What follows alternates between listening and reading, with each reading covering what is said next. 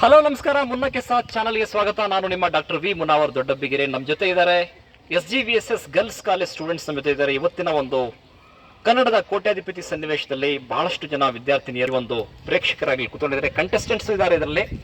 So let's welcome to the ಕನ್ನಡದ ಕೋಟ್ಯಾಧಿಪತಿ. ಚಪ್ಪಾಳೆ.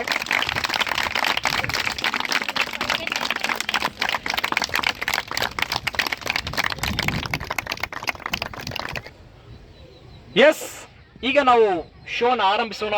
ಮೊದಲನೇದಾಗಿ ಹಾಟ್ ಸೀಟಿಗೆ ಬರಲಿಕ್ಕೆ ಪ್ರತಿಸ್ಪರ್ಧಿ ಯಾರು ಅಂತ ಗೊತ್ತು ಮಾಡಬೇಕು. ಈಗ ಪ್ರಶ್ನೆ ಕೇಳ್ತೀನಿ ಪ್ರತಿಸ್ಪರ್ಧಿಗೆ. ಯಾರು ಈ ಒಂದು ಪ್ರಶ್ನೆಗೆ ಉತ್ತರ ಕೊಡ್ತಾರೋ ಮೊದಲಿಗೆ ಅವರು ಹಾಟ್ ಸೀಟಲ್ಲಿ ಕೂತ್ಕೊಳ್ತಾರೆ ಅಂತ, ರೈಟ್? ಸೊ ನನ್ನ ಮೊದಲ ಪ್ರಶ್ನೆ ಪ್ರತಿಸ್ಪರ್ಧಿಗಳಿಗೆ, ಎಸ್, ನನ್ನ ಮೊದಲ ಪ್ರಶ್ನೆ, ಭಾರತೀಯ ರಿಸರ್ವ್ ಬ್ಯಾಂಕ್ RBI ಕೇಂದ್ರ ಕಚೇರಿ ಭಾರತದ ಯಾವ ನಗರದಲ್ಲಿ ಇದೆ ಅಂತ ಹೇಳಬೇಕು. ಯಾರು ಹೇಳ್ತಿರೋ ಅವರಿಗೆ ನಾವು ಹಾಟ್ ಸೀಟಲ್ಲಿ ಕೂರಿಸ್ತೀವಿ. ಎಸ್, ಮುಂಬೈ ಸರಿಯಾದ ಉತ್ತರ. Right, please welcome to the hot seat. ಬನ್ರಿ, ಹಾಟ್ ಸೀಟ್ ಅಲ್ಲಿ ಕೂತ್ಕೊಳ್ಳಿ. Please have the hot seat. Please sit down. Mandara from first PC commerce, right?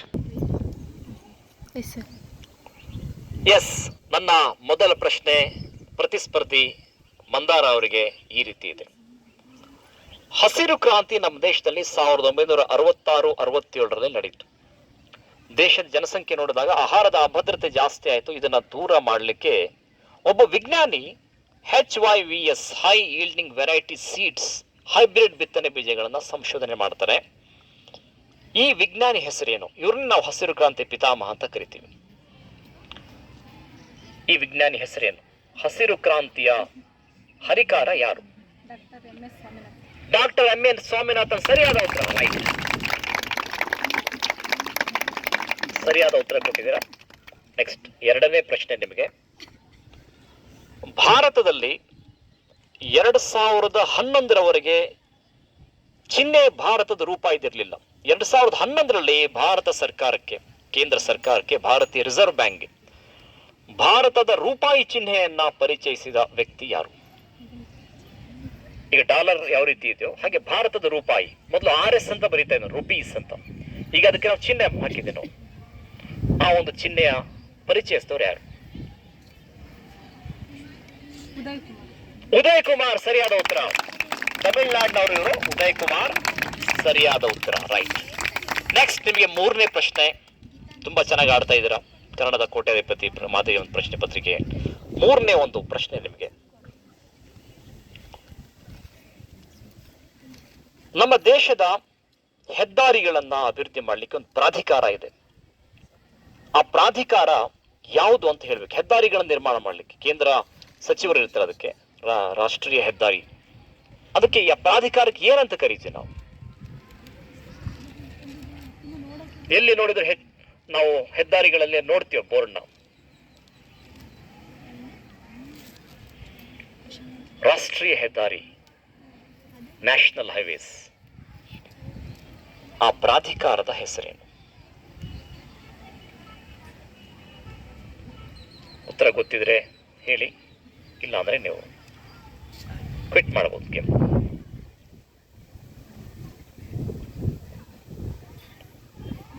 ಗೊತ್ತಿದೆಯಾ? ಇಲ್ಲ. ಚಪ್ಪಾಳೆ ತಟ್ಟೆ. ತುಂಬಾ ಚೆನ್ನಾಗಿ ಆಟ ಆಡಿದ್ದಾರೆ. ಪಬ್ಲಿಕ್ ಅಲ್ಲಿ ಯಾರು ಹೇಳ್ತಿರೋದನ್ನ? National highways. ಯಾರಿಗೂ ಗೊತ್ತಿದೆಯಾ? ಅಥಾರಿಟಿ ಆಫ್ ಇಂಡಿಯಾ, ರಾಷ್ಟ್ರೀಯ ಹೆದ್ದಾರಿ, ಭಾರತೀಯ ರಾಷ್ಟ್ರೀಯ ಹೆದ್ದಾರಿ ಪ್ರಾಧಿಕಾರ, NHAI. ಕೇಳಿದಿರಾ? NHAI, ಭಾರತೀಯ ರಾಷ್ಟ್ರೀಯ ಹೆದ್ದಾರಿ ಪ್ರಾಧಿಕಾರ, national highways authority of India. Thank you. Pass. Yes, ಈಗ ತಾನೇ ಮಂದಾರ 2 ಪ್ರಶ್ನೆಗಳಿಗೆ ಸರಿ ಉತ್ತರ ಕೊಟ್ಟರು.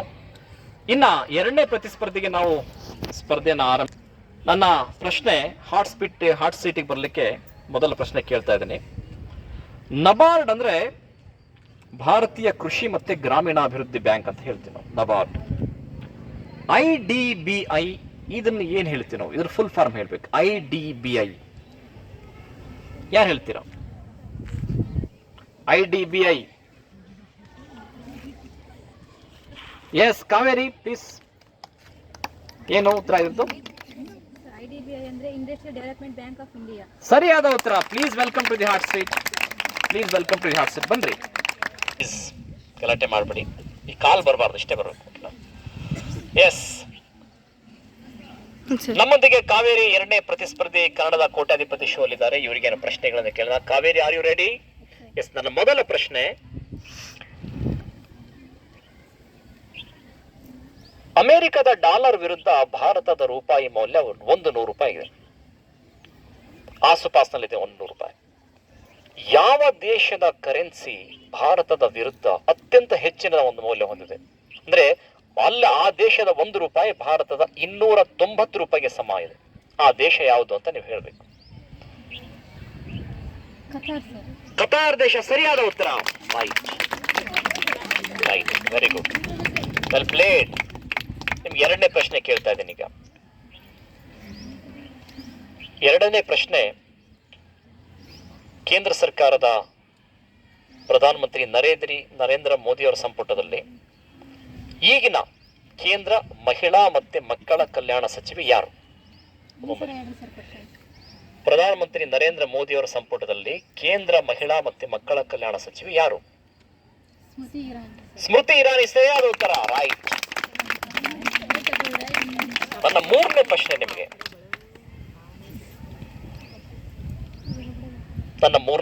ನಿಮಗೆ. ನಾಲ್ಕು ತಂತಿ ಯಾವ ಕವಿಗೆ ಜ್ಞಾನಪೀಠ ಪ್ರಶಸ್ತಿಯನ್ನು ತಂದುಕೊಡ್ತು? ದ ರಾ ಬೇಂದ್ರೆ. ಇದು ಕೂಡ ಸರಿಯಾದ ಉತ್ತರ. 3 ಪ್ರಶ್ನೆಗೆ ಸರಿಯಾದ ಉತ್ತರ ಆಗಿದ್ದೀರ. ನಾಲ್ಕನೇ ಪ್ರಶ್ನೆ ನಿಮಗೆ, ಮೂಕಜ್ಜಿಯ ಕನಸುಗಳು ಇದು ಯಾವ ಕವಿಗೆ ಜ್ಞಾನಪೀಠ ಪ್ರಶಸ್ತಿಯನ್ನು ತಂದುಕೊಡ್ತು? Shivaram Karanth. Very good, well played. 4 ಪ್ರಶ್ನೆಗೆ ಸರಿಯಾದ ಉತ್ತರ ಕೊಡ್ತು. ಐದನೇ ಪ್ರಶ್ನೆ,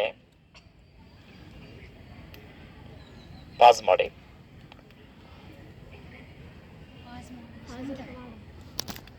ನನ್ನ 5ನೇ ಪ್ರಶ್ನೆ ಕಾವೇರಿ ಅವರಿಗೆ ಈ ರೀತಿ ಇದೆ. ಪ್ರಸ್ತುತ ರಾಜ್ಯ ವಿಧಾನಸಭೆಯಲ್ಲಿ ಈಗಿನ ಸ್ಪೀಕರ್ ಯಾರು ಅಂತ ಹೇಳಬೇಕು. ಈಗಿನ ಸ್ಪೀಕರ್ ಯಾರು? ರಾಜ್ಯ ವಿಧಾನಸಭೆಯಲ್ಲಿ ವಿಧಾನಸಭೆ ಅಧಿವೇಶನ ನಡೆಯುವಾಗ ಸ್ಪೀಕರ್ನ ಒಂದು ಪಾತ್ರ ಬಹಳ ಇರುತ್ತೆ. ಆ ಸ್ಪೀಕರ್ ಯಾರು? ಗೊತ್ತಿಲ್ಲ, ಕ್ವಿಟ್ ಮಾಡ್ತೀರಾ? ಓಕೆ, ಎನಿ ಆಡಿಯನ್ಸ್, ಸ್ಪೀಕರ್ ಯಾರು ಅಂತ?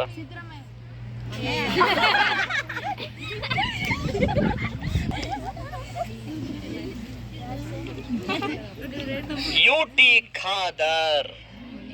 ಯಾರಲ್ಲಿ? Well played Kaveri. ಚಪ್ಪಾಳೆ ತಟ್ಟಿಸಿ ಅವರಿಗೆ.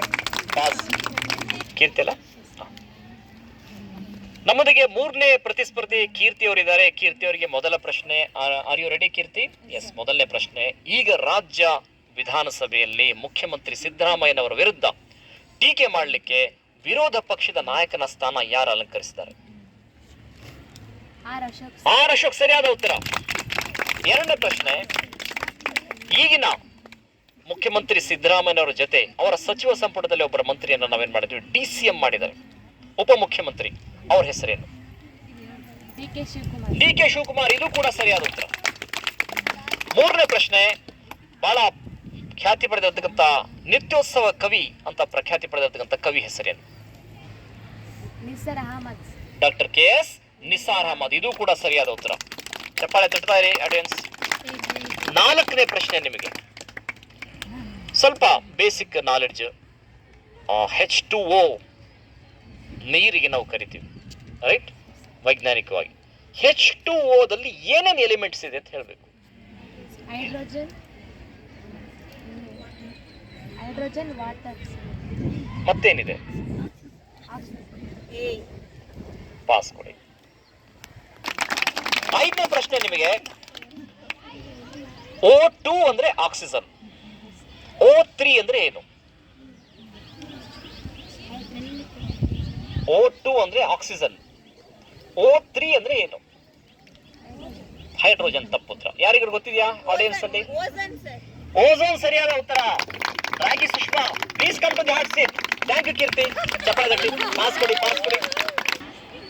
ನಮ್ಮೊಂದಿಗೆ ನಾಲ್ಕನೇ ಪ್ರತಿಸ್ಪರ್ಧಿ ರಾಗಿ ಸುಷ್ಮಾ ಇದ್ದಾರೆ. ಇವರಿಗೆ ಮೊದಲ ಪ್ರಶ್ನೆ, ಇತಿಹಾಸದ ಪುಟವನ್ನ ತಿರುಗಿದಾಗ ತಾಳಿಕೋಟೆ ಕದನ ಅನ್ನೋದು ಬಹಳ ಭಯಾನಕ ಕದನ ನಡೀತು. ವಿಜಯನಗರ ಸಾಮ್ರಾಜ್ಯದ ಒಂದು ಇದರಲ್ಲಿ.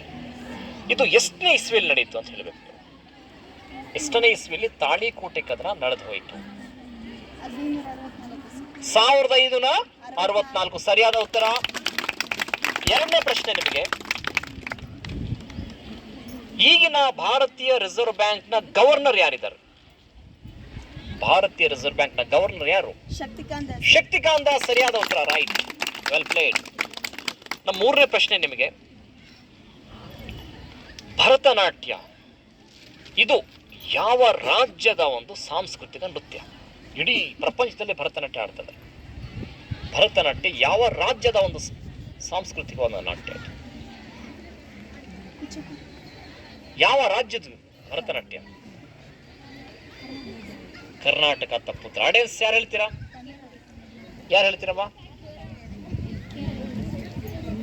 ಭರತನಾಟ್ಯ ಎಷ್ಟು ಫೇಮಸ್ ಇದೆ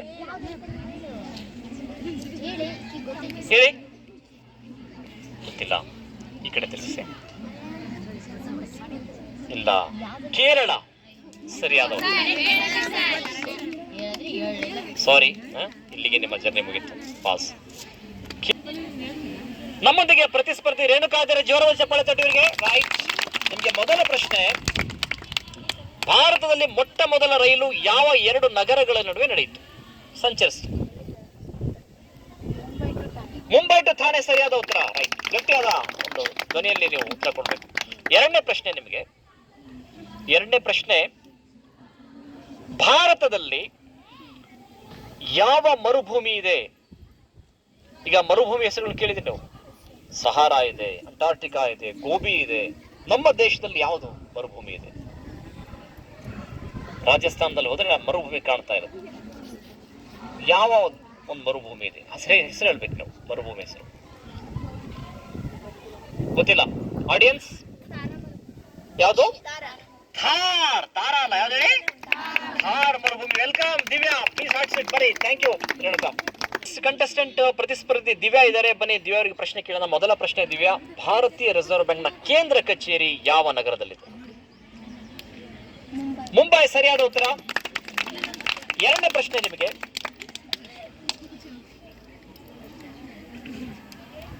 ಎರಡನೇ ಪ್ರಶ್ನೆ ನಿಮಗೆ ಈ ರೀತಿ ಇದೆ. ಕ್ರಿಕೆಟ್ ಇಡೀ ವಿಶ್ವದಲ್ಲಿ ಆಡ್ತಾ ಇದ್ದಾರೆ. ಕ್ರಿಕೆಟ್ ಮೂಲತಃ ಯಾವ ದೇಶದ ಆಟ ಅಂತ ಹೇಳಬೇಕು? ಕ್ರಿಕೆಟ್, ಹಾಕಿ ಭಾರತದ. ಕ್ರಿಕೆಟ್ ಯಾವ ದೇಶದ್ದು? ಪಾಕಿಸ್ತಾನ. ತಪ್ಪುತ್ರ. ಯಾರು ಹೇಳ್ತೀರಾ ಆಡಿಯನ್ಸ್? ಗೊತ್ತಿದ್ರೆ ಹೇಳ್ಬೇಕು. ಕ್ರಿಕೆಟ್ ಗೊತ್ತಿಲ್ಲ? ಬ್ರಿಟನ್, ಇಂಗ್ಲಿಷ್ ದೇಶದ ಆಟ. Right, thank you. ಎಸ್, ನಮ್ಮೊಂದಿಗೆ ಕಂಟೆಸ್ಟೆಂಟ್ ಶನಾಲ್ ಲಕ್ಷ್ಮಿ ಇದ್ದಾರೆ. ಅವ್ರಿಗೆ ಕೇಳೋಣ ಮೊದಲ ಪ್ರಶ್ನೆ, ಅಮೂಲ್ ಇಂಡಿಯಾ ಈ ಕಂಪನಿಯನ್ನ ಸ್ಥಾಪಿಸಿರ್ತಕ್ಕಂಥ ಮಹಾನ್ ವ್ಯಕ್ತಿ ಯಾರು? The Amul India. Doctor Verghese Kurien. ಸರಿಯಾದ ಉತ್ತರ, ರೈಟ್. ಎರಡನೇ ಪ್ರಶ್ನೆ ನಿಮಗೆ, ಯಾವ ದೇಶದಲ್ಲಿ ಜಗತ್ತಲ್ಲಿ ಅತ್ಯಂತ ಹೆಚ್ಚಿನ ಪ್ರಮಾಣದಲ್ಲಿ ಚಿನ್ನವನ್ನು ಉತ್ಪಾದಿಸಲಾಗ್ತಾ ಇದೆ? ಬಂಗಾರವನ್ನ ಎಲ್ಲಿ ಹೆಚ್ಚು ಉತ್ಪಾದನೆ ಮಾಡಲಾಗ್ತಾ ಇದೆ? ಚಿನ್ನವನ್ನ ಎಲ್ಲಿ ಉತ್ಪಾದನೆ ಮಾಡಲಾಗ್ತಾ ಇದೆ? ಭಾರತದಲ್ಲಿ. ಹಟ್ಟಿ ಗೋಲ್ಡ್ ಮೈನ್ಸ್ ಹೇಳ್ತಾ ಇದ್ದೀರಾ, ಅದು ಕರ್ನಾಟಕದಲ್ಲಿ ಆಯ್ತು. ಭಾರತದಲ್ಲಿ, ಇಡೀ ವಿಶ್ವದಲ್ಲೇ ಯಾವ ದೇಶ ಅತ್ಯಂತ ದೊಡ್ಡ ಪ್ರಮಾಣದಲ್ಲಿ ಚಿನ್ನವನ್ನು ಉತ್ಪಾದನೆ ಮಾಡ್ತಾ ಇದೆ? Any guess? ಆಪ್ಷನ್ಸ್ ಇಲ್ಲ ಅದಕ್ಕೆ. Any guess audience? ದಕ್ಷಿಣ ಆಫ್ರಿಕಾ. ಸರಿಯಾದ ಉತ್ತರ, ರೈಟ್. ಪಾಸ್ ಮಾಡಿ, ಥ್ಯಾಂಕ್ ಯು. ನಮ್ಮೊಂದಿಗೆ ಕೆ ಚಂದ್ರಿಕಾ ಪ್ರತಿಸ್ಪರ್ಧಿ ಇದ್ದಾರೆ. ಮೊದಲ ಪ್ರಶ್ನೆ ಇವರಿಗೆ, ಜೋಗ ಜಲಪಾತಕ್ಕೆ ಯಾವ ನದಿ ಇಡೀ ಪ್ರೇಕ್ಷಕರನ್ನ ಸೆಳಿತಾ ಇದೆ? ಜೋಗ ಜಲಪಾತದಲ್ಲಿ ಯಾವ ನದಿ ಹರಿತಾ ಇರೋದು? ಶರಾವತಿ. ಸರಿಯಾದ ಉತ್ತರ, ರೈಟ್. ಎರಡನೇ ಪ್ರಶ್ನೆ, ಶೃಂಗೇರಿ ಮಠ ನೋಡಿದ್ರೆ ತಾನೆ? ಶೃಂಗೇರಿ ಮಠದಲ್ಲಿ ನಾವು ಊಟ ಮಾಡಿದಾಗ, ಕೈ ತೊಳಿಲಿಕ್ಕೆ ಹೋದಾಗ ಮೀನುಗಳು ರಾಶಿ ರಾಶಿಯಾಗಿ ಬರ್ತವೆ. ಆ ಯಾವ ನದಿಯ ದಂಡೆಯಲ್ಲಿ ಶೃಂಗೇರಿ ನೋಡ್ಲಿಕ್ಕೆ ಸಾಧ್ಯ ಇದೆ? Any guess? ಶೃಂಗೇರಿ. ನೇತ್ರಾವತಿ ಸರಿಯಾದ ಉತ್ತರ. ಯಾವುದು? ನೇತ್ರಾವತಿ. ಸೊ ಇಷ್ಟು ಹೊತ್ತು ನಮ್ಮ ಜೊತೆಗೆ ಸುಮಾರು 10 ಕಂಟೆಸ್ಟೆಂಟ್ ಪ್ರತಿಸ್ಪರ್ಧಿಗಳು ಭಾಗವಹಿಸಿ ಕನ್ನಡದ ಕೋಟ್ಯಾಧಿಪತಿ ಸ್ಪರ್ಧೆ ನಡೆಸ್ಕೊಟ್ಟಿದ್ದಾರೆ. ಎಲ್ರಿಗೂ ಥ್ಯಾಂಕ್ ಯು, ಧನ್ಯವಾದಗಳು.